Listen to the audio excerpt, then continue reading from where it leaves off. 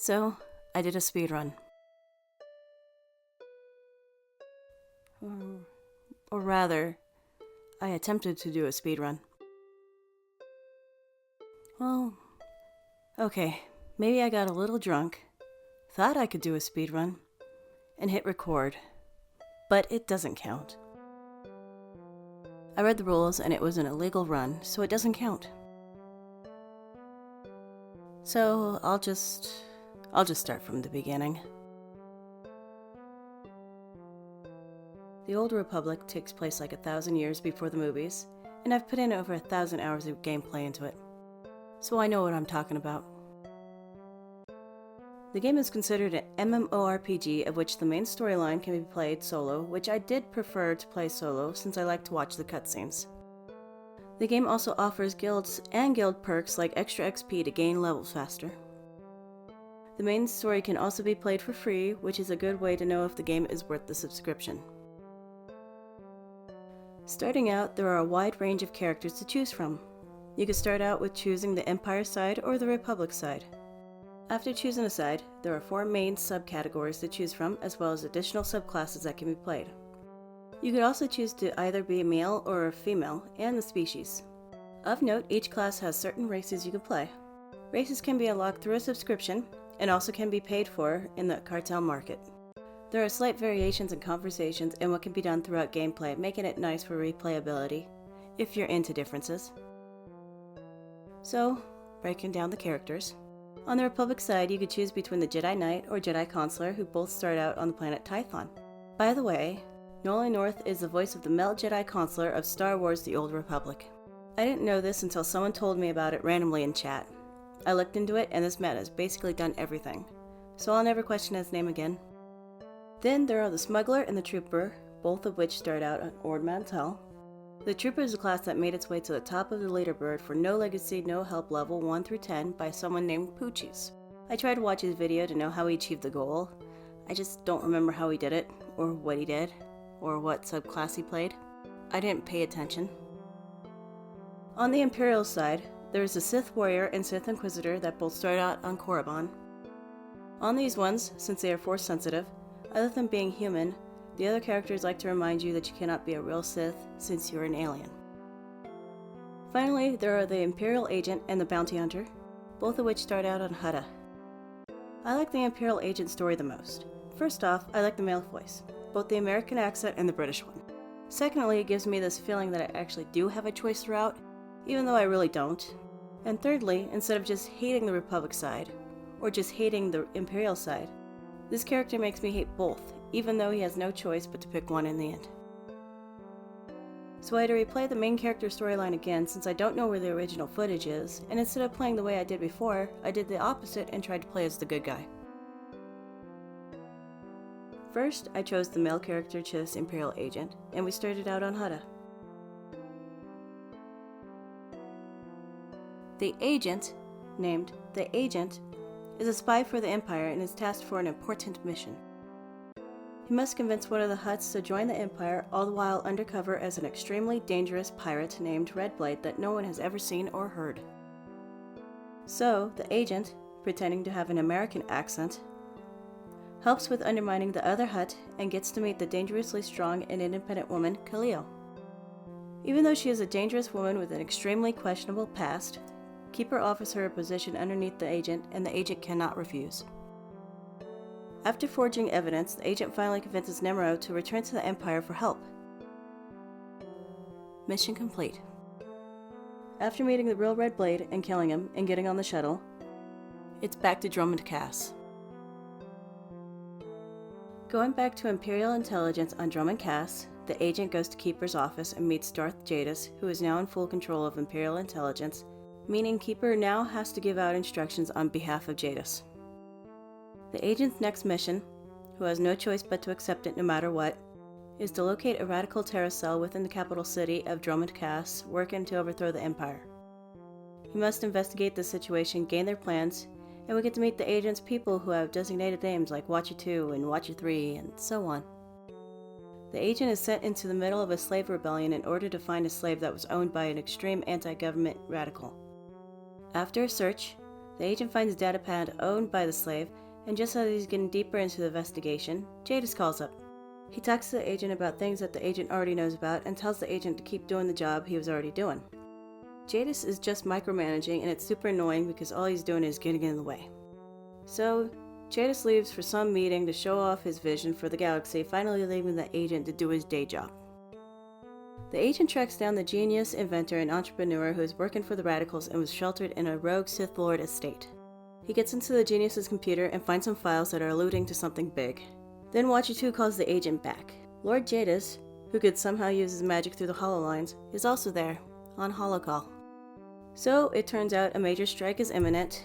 They're not exactly sure when it will happen, but they are quite certain that the terrorists are targeting the ancient power conduits beneath the capital. It would cause an overload that would kill hundreds and will black out all of Drummond Cass, leaving it vulnerable to attack. The agent is sent to a haunted dark temple, which is the most likely target of the attack. After the agent returns, he finds out that the true major attack was on Darth Jadis and the starship he had been occupying. No one had survived. There are over 3,000 dead, including innocent civilians. How the explosion happened is unknown. After all this information was dumped on him, he was immediately sent to stop a starship from leaving Drummond Cass that harbored dissidents. The agent is successful as always and gains all the information from the ship's computers as well.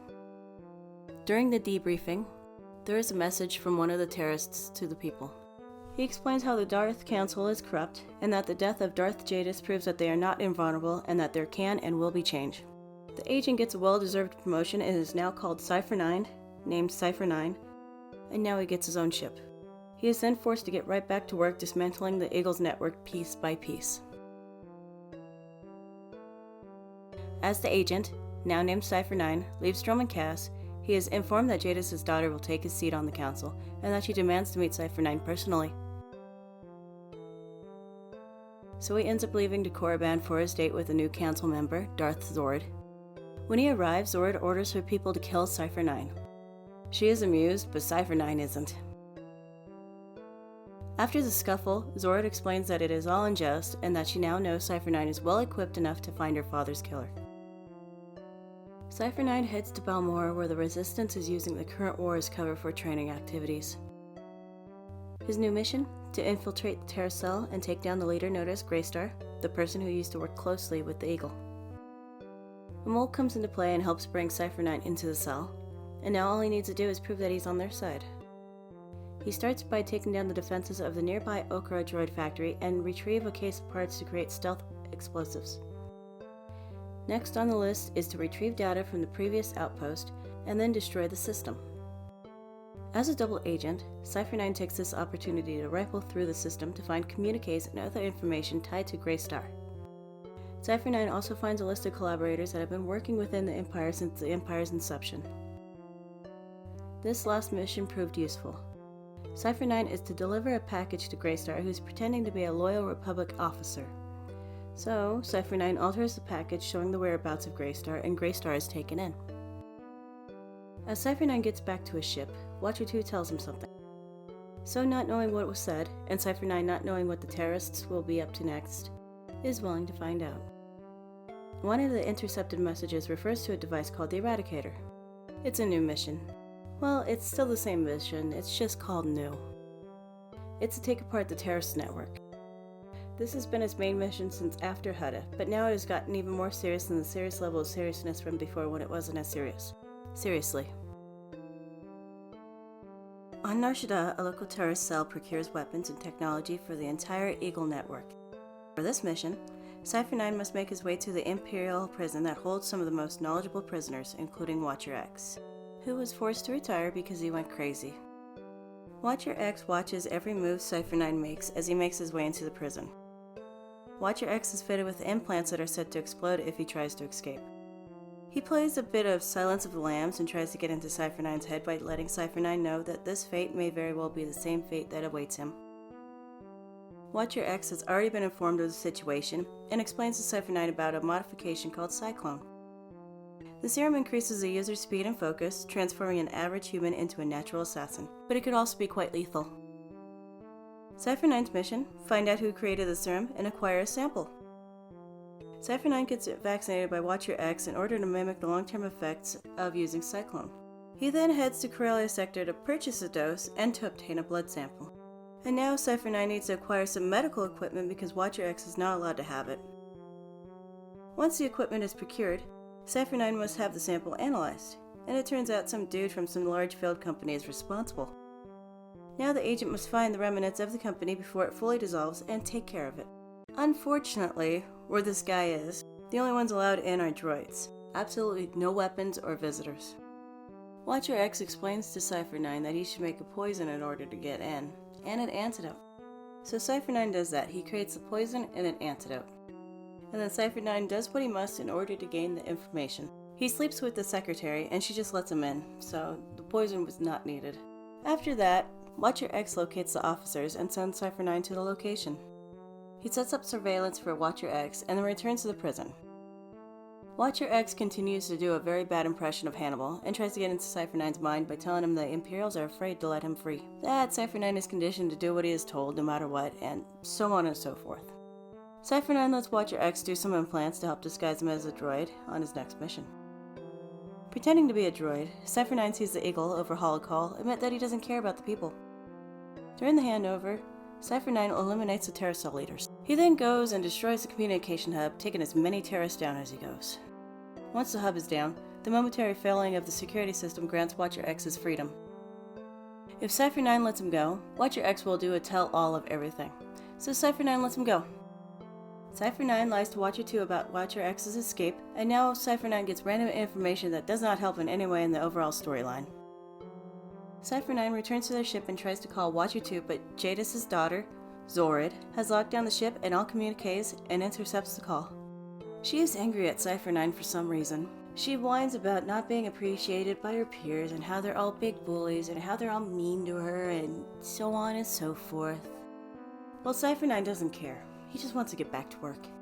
After she's done bitching, she demands that Cypher 9 track down her father's secrets, which he never entrusted her to have.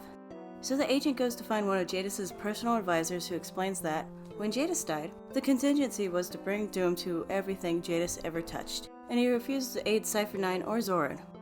So Cypher 9 takes it into his own hands and hacks into the computer, where he can decrypt the schematics and research. Zorid tells Cypher 9 to get back to Korriban, and Keeper lets Cypher 9 know that Zorid has taken over Jadis' position in full. Cypher 9 lets Zorid know about her father's old advisor, and she takes him into custody. Cypher 9 returns to his ship, and speaks to Watcher 2 about how they know nothing about the Eradicator devices. They know that the Eagle has targeting codes that he'll use to activate the device. The Terra cells will cause chaos, and Eradicators will wreak havoc in every Imperial stronghold, sending the perfect message to the Imperials and the Dark Council. Watcher 2 sends Cypher 9 to Tatooine for his next mission, where there is a Terrace Ghost Cell who can look like anyone using holographic technology.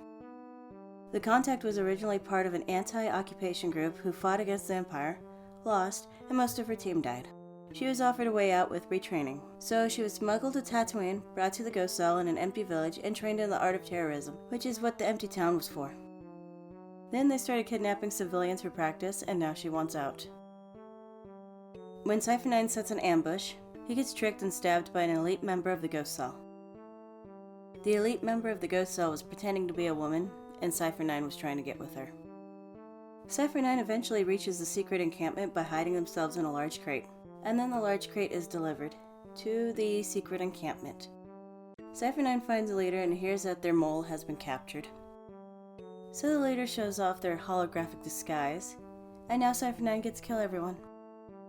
Cypher 9 returns to their ship, where Watcher 2 explains that the Eradicators are orbital strike weapons with enough firepower to level an entire city. The weapons are both biological and mechanical, but that's all they know.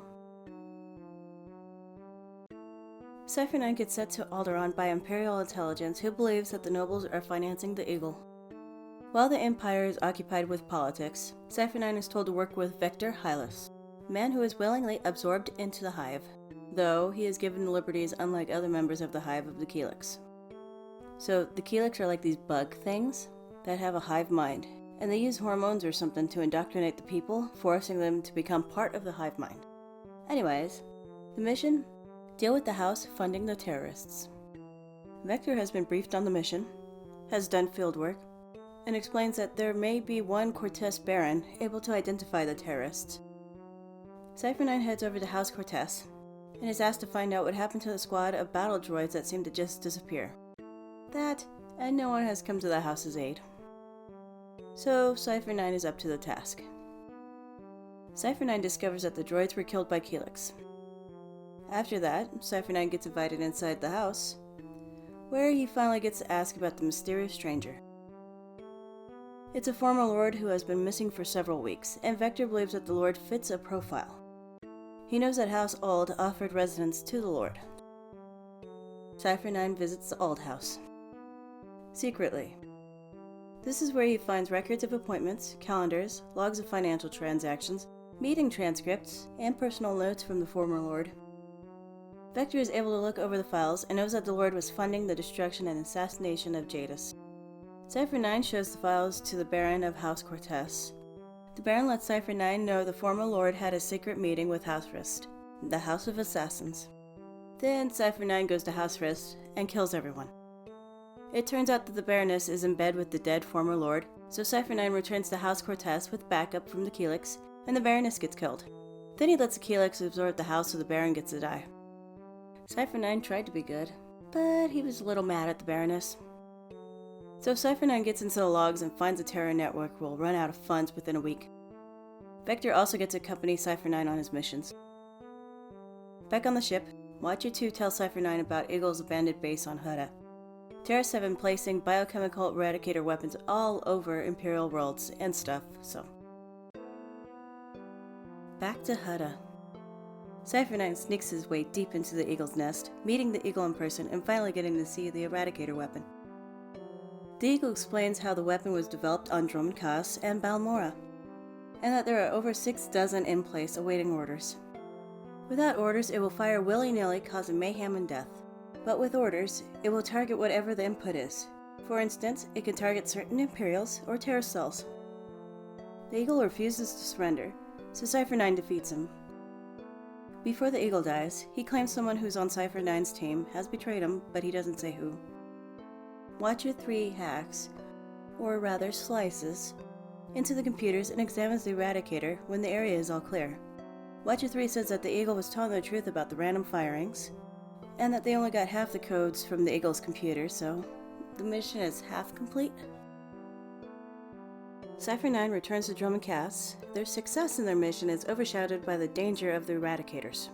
The local mobs are on high alert, and they know for a fact that they won't be able to find all of them in time. The estimated death toll could be in the tens of millions, and time is running out. Cypher 9 must find the second set of codes, which are likely with the Eagle's mysterious patron. Keeper has doubts about it being an Imperial, but knows that Watcher 2 and Cypher 9 are totally trustworthy, so only they know the full situation at hand. Watcher 2 suspects the patron may be hiding in the Atris system, where the Eagle had been sending transmissions.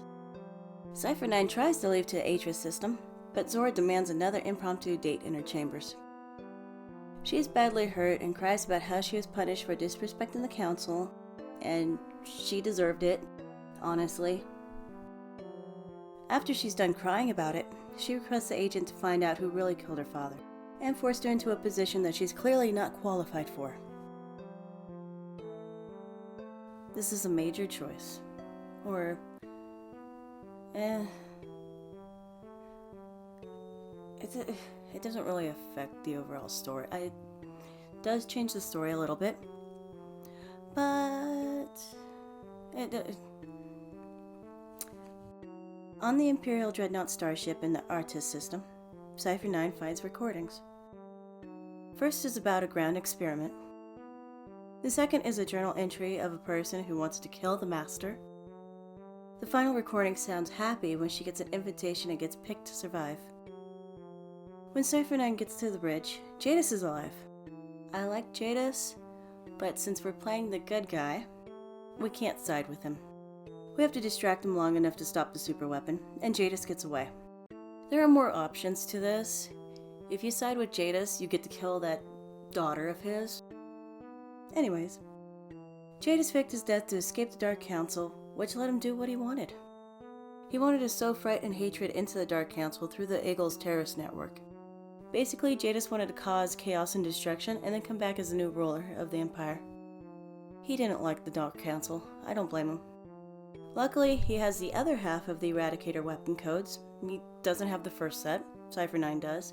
With a little talking to with Jadis, Cypher 9 convinces Jadis to give him the other half of the codes, so that way he could turn off the weapon, which unfortunately allows Jadis to escape. I like Jadis. I'm okay with Jadis escaping. Mission complete. Now, Cypher 9 could celebrate by returning to Drum and Cass. Cypher 9 returns to Watcher 2, or New Keeper now. Congrats. And Darzord is the leader of the Sphere of Imperial Intelligence. New Keeper is mounting an operation against the Republic's Strategic Information System, the exact opposite of Imperial Intelligence, and the target is Ardun Koth. The mission? To earn the enemy's confidence, discover their plans, and to stop Ardun Koth at all costs by going undercover, deep undercover, into the enemy's territory. Cypher 9 returns to Nar Shaddaa and meets somebody, codenamed Hunter. He demands Cypher 9 to do favors before meeting the main man in charge, so Cypher 9 gets to blow up an Imperial droid factory on Nar Shaddaa. After that, he gets to meet the team. A Twi'lek sniper, codenamed Saber, a slicer who had helped Cypher 9 on the factory mission from afar, codenamed Chance, and a droid who is their technology expert, codenamed Wheel. After introductions, Cypher 9 finally gets a meet and greet with Ardun Koth and gets an invitation into the main man's office. After an explanation as to what Cypher 9 really wants, Cypher 9 is given the codename Leggett. Ardun Koth assigns Leggett to Terrace as a double agent in the Empire. So Cypher 9 is an agent for the Empire, who's acting as a double agent by pretending to be a defector for the Republic, codenamed Leggett, and then pretending to still be in the Empire as Cypher 9, making him a triple agent. Before Cypher 9 can leave, Ardun Koth apologizes, and then brainwashes him with the word automotophobia, the fear of hearing certain words or phrases. With the instruction, Thresh Protocol Phase 1, Ardun Koth has successfully brainwashed Cypher 9, codenamed Leggett, and makes him do things, all the while making sure he cannot speak about his brainwashing. It turns out there was something implanted in the Cypher 9, and Koth has the protocol word to make him do things. This is just in case Cypher 9 is still working with the Empire. Now he has no choice but to help the Republic. New Keeper calls Cypher 9, codenamed Leggett, but he can't let her know what happened, so instead he tells her everything is okay. He's also told not to break character, so. On Taurus, Cypher 9, codenamed Leggett, starts going crazy and hearing an unknown voice while working on Taurus. See, they kind of mess this up because when the voice happens the first time, it says watch your X on the caption. But then, the second time it happens, it says unknown voice, so that's like totally a fail.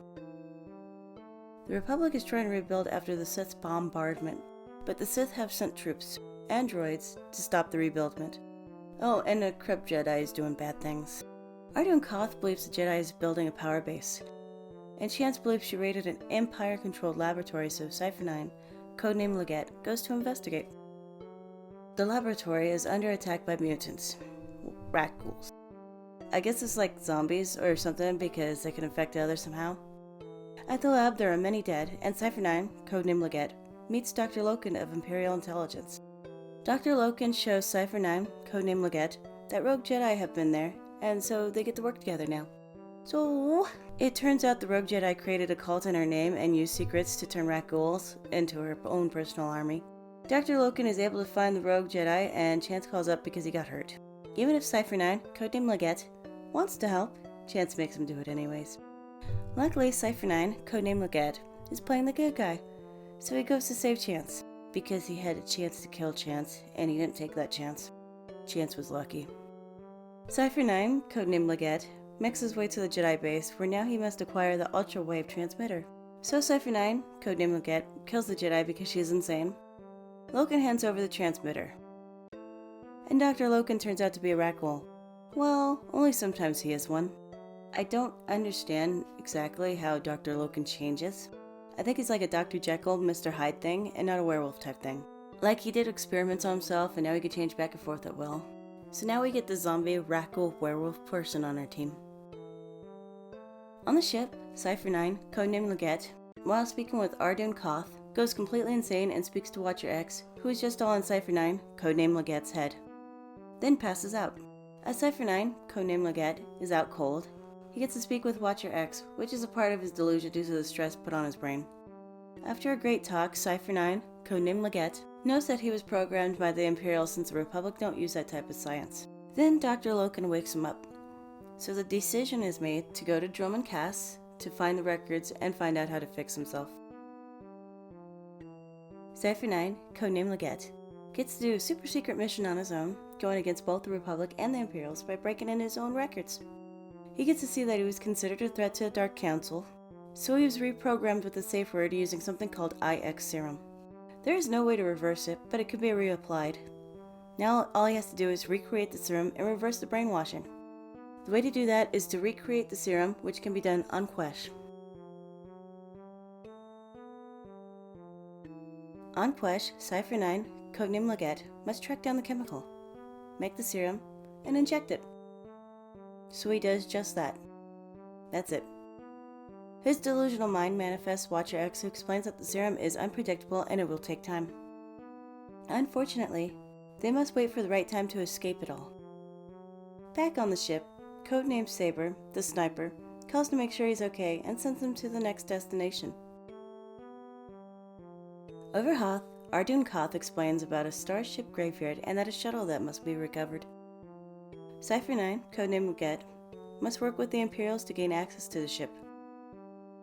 Cypher 9 hears over Holocall that there are orders given to kill him.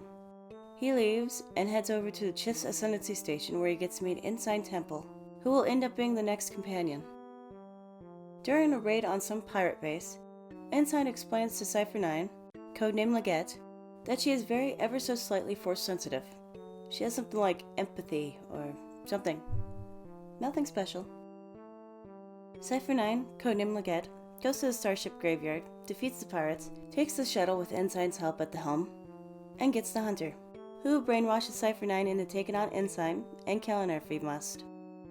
On the ship, he speaks with Ardun Koth about Hunter, and then gets thanks for a job he was forced to do, and then is sent to Quesh for another quest. Watcher 2 checks in on Cypher 9, codename Legette, because she's worried about him. He says he's fine because that's all he can say. On Quesh, the entire SIS team that Cypher 9, codename Legette, has met is on the surface because this is a big mission that the main man, Ardun Koth, wanted to get done. Which means this will be the last destination of his current mission at hand. Cypher 9, codename Legette's mission is to sneak into the manufacturing complex and secure it with help from the rest of the SIS. This is so that SIS can gain the Shadow Arsenal and missiles to gain the upper hand against the Sith forces. During a call, Hunter uses a keyword and forces Cypher 9, codename Legette, to deactivate the shields.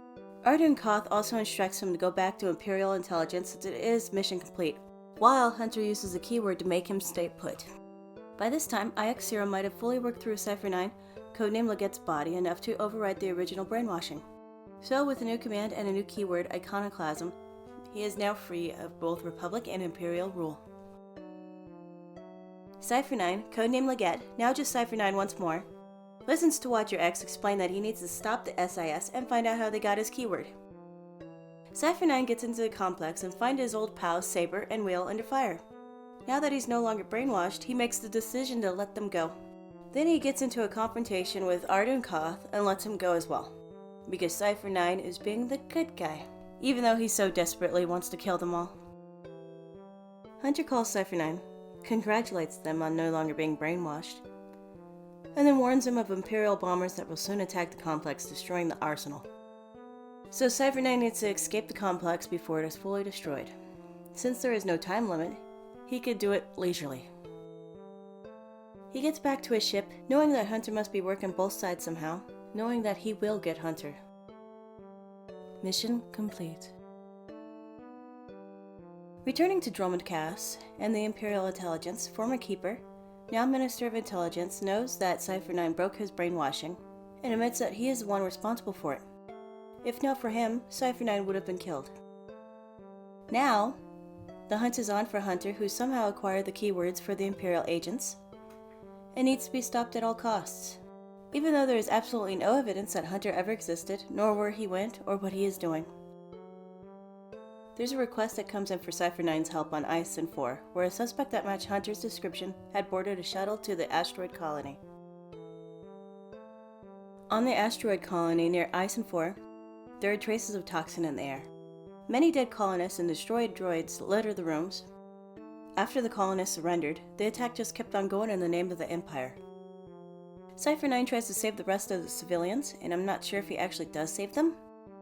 I tried to pay attention to what was said, but it was complicated. I think they all died. Cypher 9 goes through a debriefing, and the minister informs him that the technology on Ison was from a mission led by Imperial Intelligence 8 years prior, called Operation Starbender. During this operation, a pirate fleet exploded by unknown persons using the same technology. New Keeper explains that she found a recording. This recording explains that the super-secret peoples have been going on for centuries before the Sith ever showed themselves. Now the stakes are higher than before, and Cypher 9 must do what he can to stop these super-secret peoples in any way possible before something catastrophic happens. Back on his ship, Cypher 9 is instructed to Belsalvis, a prison for the most dangerous individuals in the galaxy. He must go to Mega Security Ward 23, the highest security ward on the planet, to find out what it holds. The agent pretends to be an inmate, acquires his own team, some strong guy he killed off to show dominance, and the others that he is only using for his own personal gain. The assembled team is made to break into Mega Ward Security 23, where a sentient, artificial entity is after them, trying to prevent them from entering. Luckily, all goes according to plan, and Cypher 9 finds that there are Kolto tanks who have residents in them. These residents can speak through holograms. Cypher 9 gets to find out that the vault was used for technical advancements that are hidden to the galaxy, and the AI unit, Scorpio, gets a body and attacks. It doesn't stop Cypher 9. Cypher 9 defeats Scorpio, and he keeps speaking to the Kolto people. So the super-secret conspirators and masters of the Star Cabal is what is learned, so now he can hunt down the Star Cabal. All he needs to do is repair Scorpio, use restraining codes, and gain the information deep inside her. Scorpio is then forced to be our next companion since she's not allowed to attack Cypher 9 at all. On the ship, Scorpio uploads all information. Then, during the call, Cypher 9's ship gets attacked by some dude he may or may not have met before because Hunter had doxed him. While watching the recordings and seeing all the figures who could now be recognized, New Keeper and the Watchers and other purebred intelligence people fall to the ground. See, I don't like this part, because we see what New Keeper sees. Even though we're supposed to be in Cypher 9's mind and see what Cypher 9 sees. It's a bit of a nitpick, but it's still annoying. On the ship, Hunter calls to make sure Cypher 9 is okay and expresses how much he misses them. Then Hunter boasts about what he did to the purebreds, and how he docked Cypher 9, and how it will all be wonderful in the end.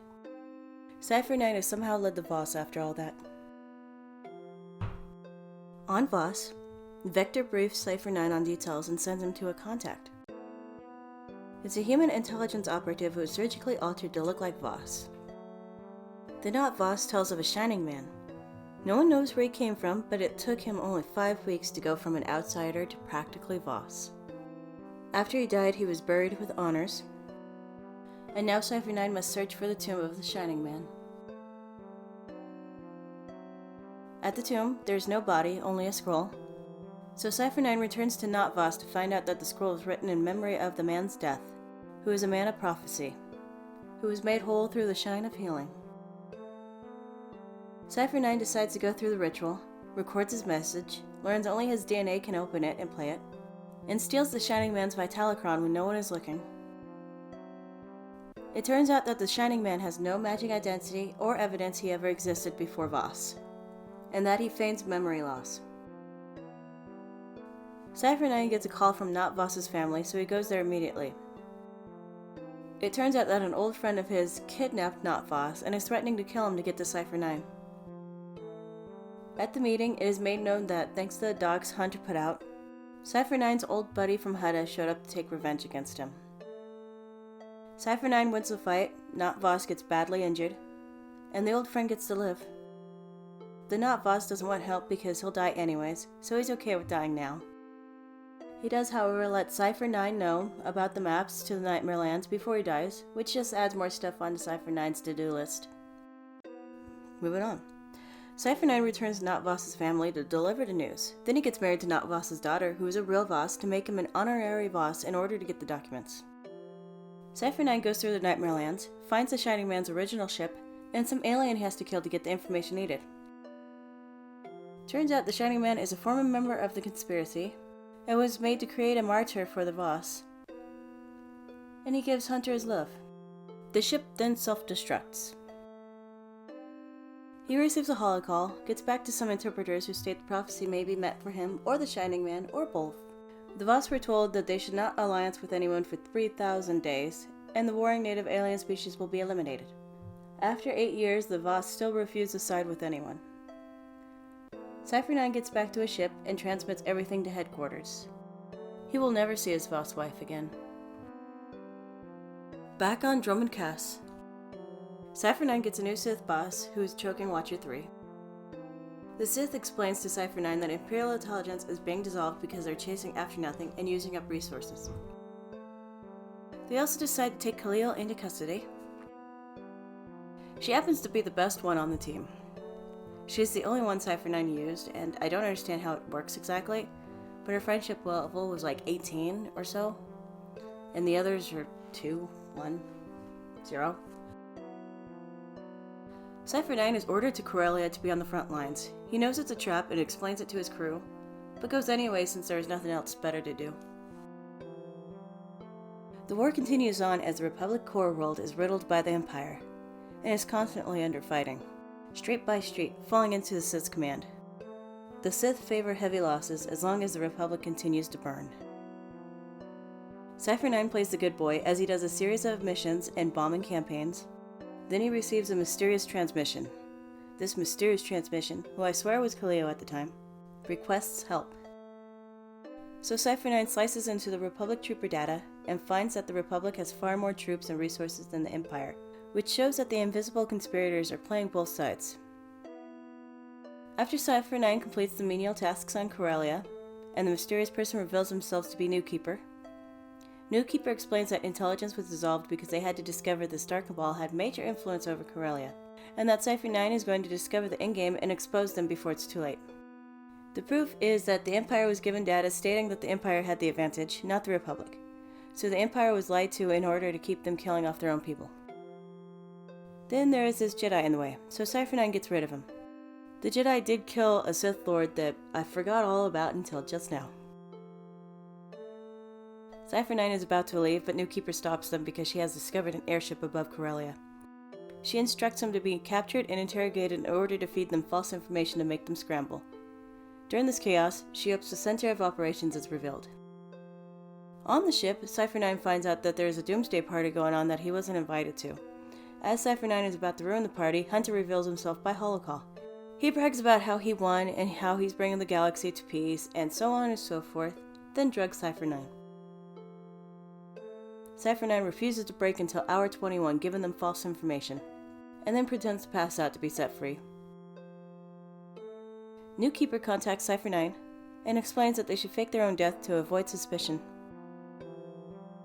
Cypher 9 gets to the Corellian Military Museum and rigs it with explosives to blow.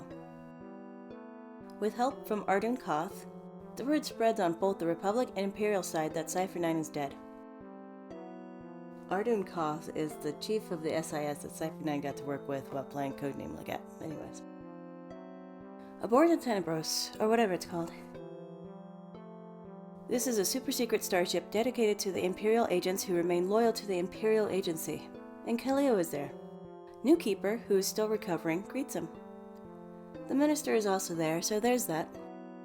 At the meeting, Minister explains that with the good work Cypher 9 did on Corellia, they were able to trace the conspirators' communications to the exact location of a Star Cabal. Cypher 9 is immediately sent to Star Cabal to kill everyone. The Minister also wants all the secrets through some black box thing. As a dead man, Cypher 9 takes a cloaked ship to the Star Cabal and sneaks aboard to discover a meeting. There are so many people there that are being named, all the while Cypher 9 only cares about getting Hunter. Cypher 9 dives right in and kills several while the rest flee. Newkeeper identified several holograms and has sent out their dogs to target them. Cypher 9 makes his way through a series of traps and finally gets to Hunter.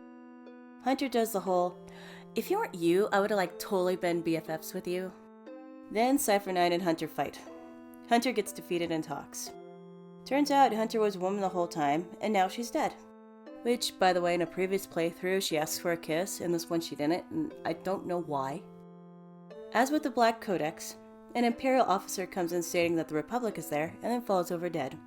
Ardun Koth comes walking in asking for the Codex. He explains that he followed Cypher 9's ship because he wanted proof of what Cypher 9 had said. He then goes on to explain that the Empire is evil and will use the information for evil. So, Cypher 9 gives it to Ardun Koth because that was the path that was chosen.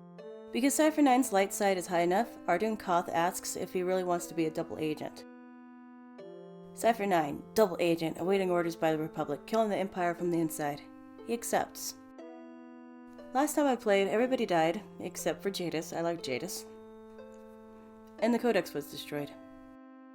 I don't even remember if Ardun Koth was there. Cypher 9 returns. Its mission complete. No more Star Cabal, and no more threats to the people of the Empire or the Republic at the moment. No one was really pleased about the black box Codex thing being destroyed. And Cypher 9 has promised dark times ahead. Now all Cypher 9 needs to do, because there is no intelligence, is to wait. Now that I'm caught up on the main Imperial storyline, I did a speedrun. Or rather, I attempted to do a speedrun. I've always wanted to try speedrunning. It looks fun. Stressful, but fun. I wasn't sure how well I'd handle the stress though. I thought deeper into it, and I do technically speedrun through life, going from one thing to another, and I stress about everything throughout my day. Meaning attempting a speedrun would be just like eating breakfast or working. So why not do a speedrun? I attempted the speedrun multiple times, I believe around 20, and I have yet to post it. First I attempted the speedrun with the Trooper class, which is a class that is at the top of the leaderboard, and how a YouTube video said I should. I failed. Well, I think I did an adequate job for my first try ever. It only took roughly 47 minutes to get to level 10.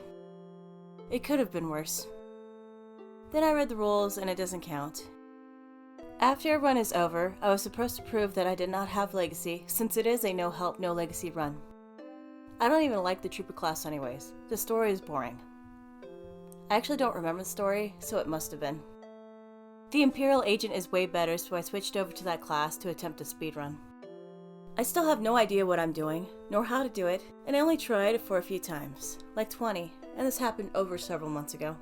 Over that day or two, I was fast on the spacebar and number keys, running through the routes, learning the dialogue, wondering why speedrunners change their layout. I still don't know. I even printed up a picture of the Hutta route because I kept getting lost.